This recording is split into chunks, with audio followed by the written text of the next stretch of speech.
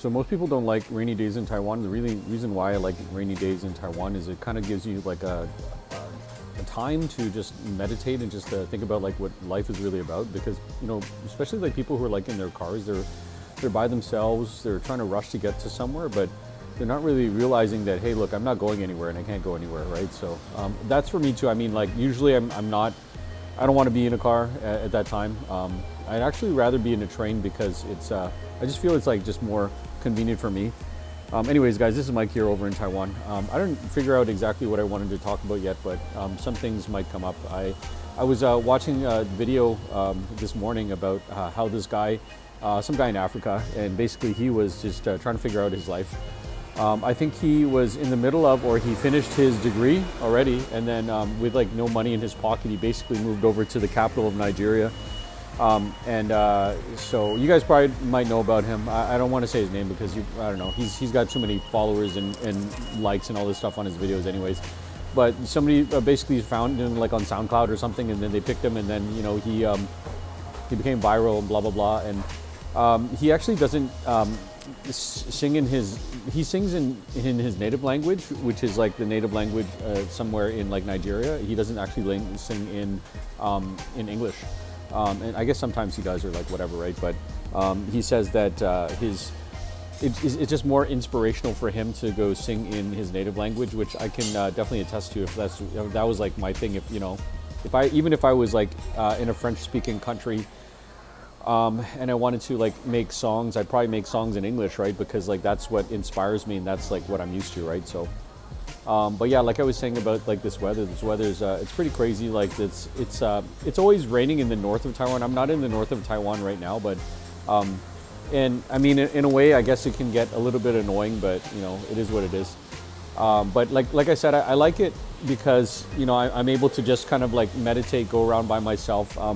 I think I like sometimes I like the things when like nobody likes it. It's like it's really ironic in Taiwan where. Say for example, there's like a restaurant and there's nobody in the restaurant, but then there's like other people at another restaurant. There's like a line that's like a mile long, and people in Taiwan are going to say, well, I want to go to that restaurant, right? Because it's more popular and everybody likes it. The food is good, blah blah blah, right? But for me, I would actually like to try it like some restaurant where there's like nobody there, right? But maybe who knows? Maybe you might get a surprise. Maybe it might be like some type of hidden gem. That's kind of like a thing, right? But I guess you never know until you really try it. There's some places where I have been pleasantly surprised. There's some places where I probably would never go there again. With the I'll never go there again places, it's like the price is too expensive, or maybe the service is not exactly up to snuff, or like whatever, right? And people are people. I did, when I was actually in the northern part of Taiwan, I actually found good duck restaurants, so that's good. I don't know if you guys are really into duck, but that, and also too, they have this like restaurant that has like really giant proportions, which the taste and the proportion of the food is not really kind of equal.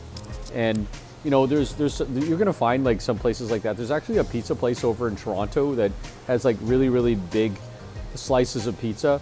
Is the taste good?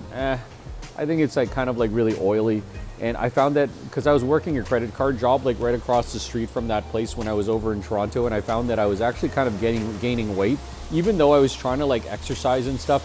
You can't, I've kind of realized this over time with like exercising, that you can't really, you can't really like eat lots of food and then kind of be mediocre with your workouts. Like if you're going to be eating a lot of food, you better be doing like lots of cardio, lots of running.